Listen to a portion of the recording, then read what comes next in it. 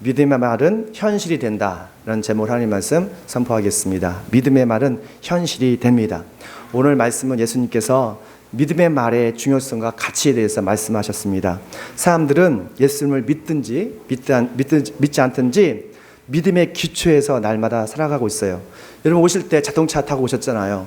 자동차가 안전하고 믿기 때문에 운전하고 오셨어요. 그리고 교회 건물에 들어오셨습니다. 교회 건물이 안전하다고 믿기 때문에 지금 여러분이 앉아 계신 것이죠. 일상에서 믿음이 없으면 너무도 불안하고 불안한 것을 보게 돼요. 제가 어느 TV 프로그램을 봤는데 제가 좋아하는 트로트 가수 박군의 이모들이 서울 관광에 오셨더라고. 근데 123층 롯데월드 타워에 이게 전망대가 있는 곳으로 엘리베이터를 쫙 타러 올라가시는데 막 사시나무 떨듯이 떠시는 것을 봤어요. 근데 1분에 550m를 간대요. 놀랍지 않습니까? 그것을 매일 타는 사람들은 뭐 일상이죠. 뭐 안전하다는 거 믿으니까. 근데 처음 타는 사람들은 뭐 이렇게 너무 무섭고 두려웠던 것 같아요. 왜냐면 그 엘리베이터에 대한 믿음이 없기 때문에 그렇죠. 이렇게 예수님을 믿지 않는 사람들도 경험적인 믿음이 있어요. 이성적인 믿음이 있어요. 앉으세요. 네, 우리 조성호입니다. 우리 교회 온다 했는데 한 10년 동안 온다 했는데 진짜 왔어요. 너무 감사합니다. 그래서 예수님을 믿지 않는 사람들도 이성적인 믿음이 있어요. 경험적인 믿음이 있어요. 그 이성적인 믿음으로 날마다 살아가죠. 그런데 이성적인 믿음을 초월한 은혜의 믿음이 있어요. 그 은혜의 믿음은 바로 예수 그리스도십니다. 예수님을 믿으면 세상을 이기는 믿음의 능력이 우리 마음속에서 생기는 거예요. 요한일서 5장 4절 말씀에 세상을 이기는 승리는 이것이니 곧 우리의 믿음입니다. 세상을 이기는 사람이 누구입니까? 예수가 하나님의 아들이심을 믿는 사람이 아니고 누구겠습니까? 누가 세상을 이긴다고요? 저와 여러분이. 예수님이 하나님의 아들이십니다 라고 고백하고 믿는 사람들이 세상에 있는 많은 시험과 유혹과 어려움도 넉넉히 이길 수 있는 힘이 있다는 거예요. 우리가 이성의 믿음을 넘어서는 초월적인 은혜의 믿음, 바로 예수 그리스도의 믿음이에요. 여하튼 모든 사람들은 하나님을 알든 하나님을 알지 못하든 믿음으로 사는 거예요. 사람이 믿음이 없으면 단 하루도 이게 평안할 수가 없어요. 두렵죠. 우리나라가 선진국이 됐습니다. 여러분 아십니까? 우리나라가 선진국이 됐어요. 그럼에도 불구하고 불안하네요. 우리 사회가 너무 불안해요. 왜 그렇죠? 왜냐면 국민이 정부를 믿을 수가 없어요. 그리고 남편이 아내를 믿지를 못해요. 아내가 남편을 믿지 못하고 부모가 자녀를 믿지 못하고 또 자녀가 부모를 믿지 못하기 때문에 자꾸 불안한 거예요. 이성적 믿음을 넘어서 은혜의 믿음으로 살아가시길 축원합니다. 그렇다면 예수님을 믿는 사람에게는 어떤 영적인 유익이 있을까? 믿음의 능력이 무엇일까? 함께 살펴보겠습니다. 함께 있습니다. 시작. 아멘. 믿음으로 선포한 말은 뭐가 된다고요? 현실이 되는 거예요. 우리 말 한마디가 현실이 되는 거예요. 놀랍지 않습니까? 23절 하반절 함께 있습니다. 누구든지 시작. 누구든지 이 산 들어 번쩍 들려서 바다에 빠져라 하고 말하고 마음에 의심하지 않고 말한 대로 될 것을 믿으면 그대로 이루어질 것입니다. 아멘. 우리의 말 한마디가, 믿음의 말 한마디가 현실이 되는 능력이 있다는 거예요. 말의 힘은 우리가 생각하는 그 이상의 능력이 있어요. 칭찬의 말은 고래를 춤추게 한다는 말도 있듯이 우리의 말 한마디가 주변에 있는 사람들뿐만 아니라 그리고 동물과 식물에게도 엄청난 영향력을 끼치는 것을 보게 됩니다. 그래서 믿음의 사람들은 부정적인 말을 하면서는 안 돼요. 욕설, 막말 이런 걸 할 수가 없어요. 왜냐하면 말의 힘을 알기 때문에 그래요. 그래서 욕설보다는 칭찬을, 비난보다는 격려하는 사람이 바로 믿음의 사람들이죠. 물은 답을 알고 있다라는 책을 쓴 에모토 마사루라는 사람이 있습니다. 제 발음 좋았습니까? 유 목사님. 에모토 마사루라는 분이 계신데 이분이 말에 따라서 물이 오염수가 될 수 있고 또는 물이 약수가 될 수 있다는 것을 과학적으로 증명했어요. 그 어느 방송에 보니까 한글날에 이 말의 힘에 대해서 어떤 실험을 했는데 한쪽 그릇에는 밥, 오른쪽에도 밥을 넣는데 한쪽에는 욕설을 계속 넣은 거예요. 미워, 싫어, 넌 저주받은 거야. 계속 욕설 했어요. 그리고 한쪽에는 사랑한다, 고맙다, 아주 긍정적인 말을 했어요. 일주일 후에 봤더니 엄청난 다른 결과가 났습니다. 여러분 다 보셨죠? 그래서 욕설한 그 밥은 완전히 곰팡이로 아주 썩었어요. 근데 칭찬하고 격려하고 했던 그 밥은 어떻게 됐어요? 곰팡이가 없는 거예요. 그러니까 이 말의 힘이 엄청난 것을 알 수가 있죠. 이처럼 우리가 하는 말에는 파괴력이 있어요. 또한 생명력이 있어요. 잠언 18장 21절에 죽고 사는 것이 혀의 힘에 달렸으니 혀를 잘 쓰는 사람은 그 열매는 맺는다 라고 말합니다. 그래서 믿음의 사람들은 세상 사람들보다도 말을 잘해요. 긍정의 말을 해요. 믿음의 말을 해요. 막말하지 않습니다. 막말하면 그때는 기분이 좋을 수 있어요. 근데 그 막말을 통해서 상대도 아프지만 제 자신도 저도 큰 치명적인 상처를 받을 수 있다는 거예요. 왜냐하면 우리의 말은 양날검처럼 날카롭기 때문이에요.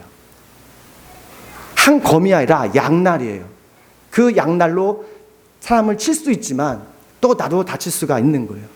히브리서 4장 12절 말씀에 하나님의 말씀은 살아있고 힘이 있어서 어떤 양날칼보다도 더 날카롭습니다. 하나님의 말씀은 뭐라고요? 양날검이 돼요.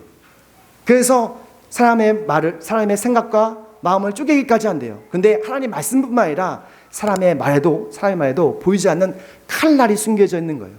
사람이 자꾸 막말하면 사람을 죽일 수 있는 칼날이 입에서 나가는 거예요. 근데 하나님 말씀을 선포되어주고 생명의 말씀을 전하면 놀랍게도 의사의 메스처럼 우리의 영혼을 치료해요. 그래서 하나님 말씀을 듣는 게 중요해요. 하나님 말씀을 경청하면 나도 모르는 새에 나의 영혼이 몸이 치료돼요. 회복돼요. 그런 경험을 해보셨죠? 오늘 이 시간 그런 하나님의 놀라운 은혜가 있기를 축원합니다. 근데 더 놀라운 사실이 있습니다. 하나님이 말씀이래요. 우리가 믿는 하나님이 The Word, 그 말씀이래요. 근데 하나님께서 그 말씀을 통해서 세상을 창조하시고 그 말씀을 통해서 세상에 오신 거예요. 요한복음 1장 1절 말씀, 여러분 다 아시는 거죠? 태초에 말씀이 계셨다. 그 말씀은 하나님과 함께 계셨다. 그 말씀은 누구다? 하나님이셨다. 그는 태초에 하나님과 함께 계셨어요. 그 말씀이 모든 것이 그 말씀을 통해서 모든 것이 창조된 거예요. 창세 전에 그 말씀이 있었어요. 그 말씀이 누구십니까? 바로 예수 그리스도세요. 창조주 하나님은 말씀이신 예수님과 함께 하늘과 땅과 우주와 은하계를 다 창조하신 거예요. 그리고 예수님을 통해서 그 말씀이신 예수님을 통해서 우리 가운데 들어오신 거예요. 요한복음 1장 14절에 그 말씀은 육신이 되어 우리 가운데 사셨다. 우리는 그의 영광을 보았다. 그것은 아버지께서 주신 외아들의 영광이었다. 그는 은혜와 진리가 충만하셨다. 할렐루야. 정말 말씀으로 오신 예수님은 은혜가 진리가 충만하신 분이세요. 그래서 누구든지 예수님을 믿으면, 예수님 말씀을 들으면 세상에서 알 수도 없는 그런 행복과 평안과 안식을 누리는 거예요. 하나님의 영광을 경험하게 되는 거예요. 오늘 이 시간 저와 여러분이 그런 하나님의 영광을 경험하길 축원합니다. 그래서 믿음의 삶은 믿음으로 여러분 가정을 축복하셔야 돼요. 교회를 축복하셔야 돼요. 예수님의 이름으로 여러분의 자녀를 축복하셔야 돼요. 우리 자녀들이 우리의 생각처럼 잘하지 않을지라도, 원수 같을지라도 어떻게 하셔야 한다고요? 믿음의 말을 선포하는 거예요. 우리 하나님, 우리 자녀가 영성, 인성, 지성, 사회성 겸비된 아이로 성장시켜 주세요. 우리 교회가 작지만 하나님께서 기뻐하시는 성교적 교회가 되게 해주세요. 우리 교회가 부흥해서 하나님이 기뻐하시는 성교와 구제를 마음껏 할 수 있게 도와주세요. 제 꿈이 있는데 요한계시록에 나온 14만 4천 명에게 복음을 증거할 수 있는 교회가 되게 해주세요. 제가 그렇게 기도하고 있어요. 선포하고 있어요. 여러분이 그걸 믿습니까? 저도 잘 믿기 어렵지만 여하튼 그렇게 믿으려고 노력합니다. 근데 믿음의 사람은 믿음의 말과 여러분 허풍의 말을 구별할 수 있어야 돼요. 우리가 믿음으로 선포하면 되는데요, 많은 사람들이 허풍의 말을 해요. 가장 큰 차이가 있다면, 믿음의 말은 하나님의 나라와 이웃의 이익을 생각해요. 성경적이에요. 그냥 허풍의 말은 자신의 명성과 이익을 위해서 자랑하는 말이 많아요. 예수 믿는 사람도, 목사들 가운데서도 허풍 많은 사람이 참 많아요. 여러분, 허풍과 믿음의 선포는 다른 거예요. 구별하시길 바랍니다. 정말 믿음의 사람은 하나님의 뜻, 성경의 기초에서 말씀을 선포해요.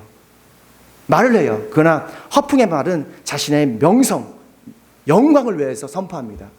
우리가 우리의 말을 할 때에 이것이 허풍의 말인지 믿음의 말인지를 구별하시길 축원합니다. 그래서 말씀의 검으로 우리 안에 있는 그런 풍성 같은 허풍을 빼버리고 믿음으로 가정과 직장과 교회와 나라의 민족을 위해서 믿음의 선포를 할 때에 정말 꿈이 현실되는 그런 기적을 경험하게 될 것입니다. 우리 함께 또 있습니다. 시작. 더 큰 소리로 시작. 믿음의 기도는 현실된다. 아멘. 우리 24절 말씀 함께 있습니다. 시작. 그러므로 난 너에게 말한다. 너희가 기도하면서 구한 것은 무엇이든지 이미 그것을 받은 줄로 믿어라. 그러면 너희에게로 이뤄질 것이다. 아멘. 우리가 기도하고 구한 것을 받은 것을 믿으면 어떻게 된댔죠? 그대로 하나님께서 이루어지신대요. 놀랍지 않습니까? 예수님께서 제자들에게 이 강력한 믿음의 기도의 법을 알려주신 이유가 있어요. 시간제로 보면 며칠 후에 예수님께서 십자가에서 우리의 모든 죄를 용서하기 위해서 처절하게 죽으셔야 했기 때문이죠. 이런 말씀을 다 전했어요. 그러자 12명의 제자들이 예수님이 죽는다는 소리 듣고 기겁을 한 거예요. 너무 무서운 거예요. 아니, 나의 모든 재산을 다 내려놓고 예수님이 전부인 것처럼 따라갔는데, 아니 예수님 갑자기 죽으신다니까 멘붕이 온 것이죠. 그때 예수님께서 이 말씀하신 거예요. 내가 너희를 떠나지만 너희가 믿음으로 기도하면 내 기도를 그들을 다 들어줄 것이고 다 이루어질 것이야 라고 말하는 거예요. 우리도 매일매일 치열한 어떤 전쟁 같은 그런 상황에서 살 때가 참 많습니다. 그래서인지 생각지도 않은 그런 삶의 문제들이 자꾸 확 다가올 때가 많아요. 내가 사랑했던 사람이 떠나기도 하고, 내가 준비했던 직장에서 일점 때문에 취업이 못되는 사람들이 있어요. 그리고 내가 계획했던 결혼 생활이 망가지기도 하고, 나의 사업이 망가지기도 해요. 여러분, 이럴 때 여러분은 어떻게 이 일을 극복하세요? 대부분의 사람들은 주변에 있는 친구한테 물어봐요. 근데 그 친구도 몰라요. 수준이 비슷하니까. 가까운 지인한테 물어봐요. 같은 사람이기 때문에 돕긴 객긴이에요. 좀 지혜로운 사람은 전문가한테 조언을 구합니다. 근데요, 해답을 찾을 수가 없어요. 왜냐하면 우리 사회의 이 모든 문제는 영적인 문제이기 때문에 그래요. 그 뒤 배경이 있기 때문에 그래요. 우리의 힘으로 더 이상 해결할 수 없는 인생의 문제가 다가올 때 당황하지 말고 그 순간이 바로 하나님을 만날 때예요. 하나님께 기도할 때예요. 그것을 깨닫는다면 여러분, 하나님의 놀라운 기적을 경험하게 될 거예요. 하나님은 우리의 기도에 아주 민감하게 반응하세요. 왜냐하면 하나님은 여러분의 아버지가 되기 때문에 그래요. 우리 영혼의 아버지가 되시기 때문에 그래요.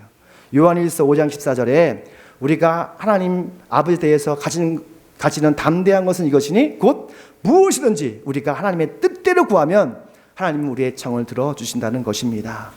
우리 하나님 아버지께서 우리가 기도하는 모든 것을 다 경청해 주신대요.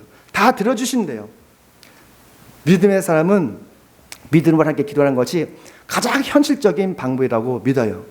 하나님께 기도하지 않으면요, 모든 문제가 내 문제예요. 내가 열심히 노력해서 그걸 해결해야 돼요. 그러나 기도하는 순간 그 문제는 여러분의 문제가 더 이상 아니에요.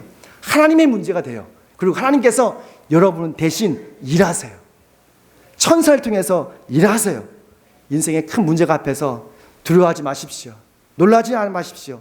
그때가 바로 하나님께 기도할 때예요. 하나님께 믿음으로 간구할 때예요. 주님께서 여러분의 기도를 응답해 주십니다. 그리고 하나님의 기적을 경험하게 될 거예요. 며칠 전에 우리 필리핀에 사시는 젠사 교수님 어머니가 코로나 걸리셨어요. 코로나 확진 걸려가지고 사실 필리핀은 의료적으로 많이 낙후됐잖아요. 전 죽으실 줄 알았어요. 근데 기도해달라고. 그래서 함께 기도했잖아요. 사셨을까요? 돌아가셨을까요? 사셨어요. 태어나셨대요. 기도하신 분, 다 기도하셨네? 기도에 응답하신 거예요. 기도하지 않으신 분들은 하나님의 기적을 경험 못하는 거예요. 몇 주 전에 우리 어느 집사님이, 지집사님이 있어요. 지집사님이 간증하더라고요. 아파트를 그 투자 목적으로 구매했는데 팔리질 않는데요. 근데 갑자기 그런 마음을 주셨대요. 기도하라는 마음을 주셨대요. 그래서 기도하게 되다 보니까 같이 눈물 나더래요. 회개하면서 하나님 팔게 도와주세요 했더니 팔렸을까요? 안 팔렸을까요? 놀랍게도요, 그 다음날 팔렸어요. 기도하니까. 놀랍지 않습니까? 기도하지 않은 사람에게는 그냥 우연이겠지라고 이렇게, 우연이겠지, 운이겠지. 그러나 기도한 사람에게는 하나님의 기적으로 다가오는 거예요. 믿음의 기도는 꿈이 현실이 되게 합니다. 믿음의 기도는 우리의 영혼의 호흡이지만 믿음의 사람에게는 강력한 무기예요. 우리가 믿음으로 기도할 때 그 기도가 이루어질 걸 믿습니다. 요한복음 14장 14절 따라합시다. 요한복음 14. 너무 좋죠? 너희가 무엇이든지 내 이름으로 구하면 내가 다 이루어 주겠다. 이거는 예수님이 허풍을 하신 말씀이 아니에요. 우리가 약속하신 거예요. 그러니까 여러분 기도하십시오. 염려하지 마시고요. 어떤 사람들은 예수님을 믿으면서도 엄청 고민하는 분이 많으세요. 매일 두려워하고 걱정하는 분이 계세요.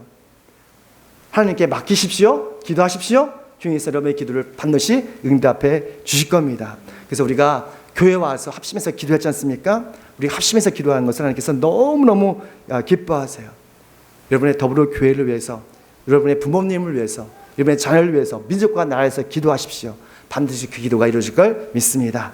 마지막입니다. 함께 있습니다. 시작. 아멘. 믿음의 기도에 있어서 가장 큰 아킬레스건이 있어요. 우리의 기도를 막는 가장 큰 것이 있습니다. 그것은 용서하지 않는 마음이에요. 우리 25절 말씀 보니까 함께 있습니다. 시작. 너희가 가서 기도할 때에 어떤 사람과 서로 등진 일이 있으면 용서하여라. 그래야 하늘에 계신 너희 아버지께서도 너의 잘못을 용서해 주실 것이다. 아멘. 우리가 기도를 해도 응답이 없는 것은, 주님께서 우리의 기도를 경청하시지만 응답이 없는 것은 우리가 주변에 있는 사람의 잘못과 죄를 용서하지 않기 때문에 그래요. 우리 안에 자꾸 미움, 분노, 어떤 그런 것이 가득 찼기 때문에 기도가 안 되는 거예요. 기도해도 그 사람이 미우니까 자꾸 화가 나는 거예요. 신경질 나는 거예요. 왜 서로의 잘못을 용서하기 힘들죠? 그 알량한 자존심 때문에. 나보다 못한 그 사람에게 내가 무시를 당한다고. 그러니까 얼마나 화가 나요. 이 알량한 자존심 때문에 화가 나는 거예요. 자존심이 상하면 사람이 화를 치밀고 분노하게 되고 용서할 수가 없어요. 기도가 안 돼요. 그래서 믿음의 사람들은 자존심을 내려놓아야 돼요. 어떻게 우리가 이 알량한 자존심을 내려놓을 수 있을까요? 예수님을 깊이 생각하셔야 됩니다. 누구 생각한다고요? 상대가 아니라 예수님을 깊이 생각하셔야 돼요. 예수님이 나의 죄악을 용서하기 위해서 십자가 나무에서 처절하게 죽으셨던 그 희생을 생각하셔야 돼요. 예수님 하나님의 아들이셨잖아요. 근데 그 창조주 그 하나님이 나를 용서하기 위해서, 나의 잘못을 용서하기 위해서 처절하게 죽으셨어요. 자기의 자존심을 다 내놓으셨어요. 십자가의 사랑을 깊이 생각하는 사람들은 알량한 자존심으로 살지 않고 하나님의 자녀라는 자존감을 살아요. 저와 여러분 하나님의 자녀입니다. 근데 자꾸 우리는 세상의 사람들처럼 살려고 해요. 자존심을 버리고 자존감을 사시길 축원합니다. 우리가 하나님의 자녀라는 자존감으로 살 때에 우리는 우리를 정말 힘들게 하는 사람들을 용서할 수 있어요. 왜냐하면 예수님도 그렇게 했거든요. 용서에는 놀라운 힘이 있습니다. 그것은 나와 상대의 모든 죄를 다 제거할 수가 있어요. 모든 잘못과 죄악을 다 지워버릴 수가 있어요. 놀라운 힘이에요. 누군가가 우리에게 막말하고 용서를 구하면 용서해 줘야 되겠죠? 몇 번에 용서해 줄까요? 베드로가 그런 말을 했어요. 주님, 우리 교회 내에서, 우리 공동체에서 저를 참 힘들게 하는 사람이 있어요. 한 7번만 용서해 주면 될까요? 7번도 많이 용서해 주는 거죠. 그래서 예수님께서 여러분 잘 하신 것처럼 몇 번 용서해 주신댔어요? 70번씩 7번. 우리 곱하기 잘 알죠? 490번. 저기 490번 용서하는 것이 아니라 계속적으로, 반복적으로 누군가가 나에게 잘못했다고 하면 그를 어떻게 하는 거예요? 용서하라는 거예요. 근데 안타까운 것은 서로가 용서를 구하지 않아요. 자기 잘못을 모르는 세상에 살고 있기 때문에 더 안타까운데 서로의 잘못을 좀 알았으면 좋겠어요. 나의 잘못, 상대의 잘못도 있겠죠? 그리고 나의 잘못도 있거든요. 그래서 서로 잘못을 인정하고 서로 용서를 구할 때 화해할 수 있는 거예요. 용서는 혼자 하는 게 아니라 서로 해야 돼, 서로. 왜냐하면 누군가가 나에게 상처의 말을 의도적으로 했든 무의식적으로 했든지 주 안에서 서로 용서할 때 기도할 수가 있는 거예요. 그렇지 않으면 우리는 세상을 떠나야 돼요. 예수님께서 미세먼지보다 못한 우리의 죄를 용서하신 것처럼 서로의 잘못을 용서할 때 죄는 사라지고 또한 우리 그 죄를 틈타고 있던 그 악한 마귀도 떠나갈 걸 믿습니다. 그러면 세상에 알 수도 없는 그런 샬롬, 평안이 여러분의 가정과 직장과 교회가 있을 걸 믿습니다. 주님의 기도 아시죠? 우리가 우리에게 죄 지은 자를 용서해 준 것 같이 우리 죄를 용서해 달라고 주님께서 우리에게 가르쳐 주셨어요. 정말 예수님의 가르침대로 살아감을 통해서 나와 상대의 죄까지도 제거하고 우리가 믿음으로 기도한 모든 것을 하나님께 응답받는 저와 여러분이 되시길 축원합니다. 기도하겠습니다. 기도할 때 하나님, 기도하기 전에 우리 한번 찬양 다시 한번 할까요? 믿음이 없이는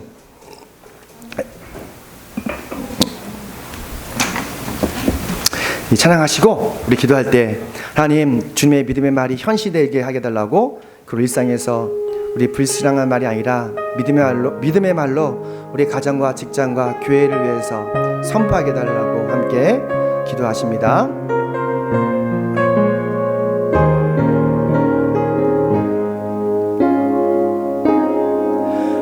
주님 제 마음이 너무 둔해서 주님을 볼 수 없습니다.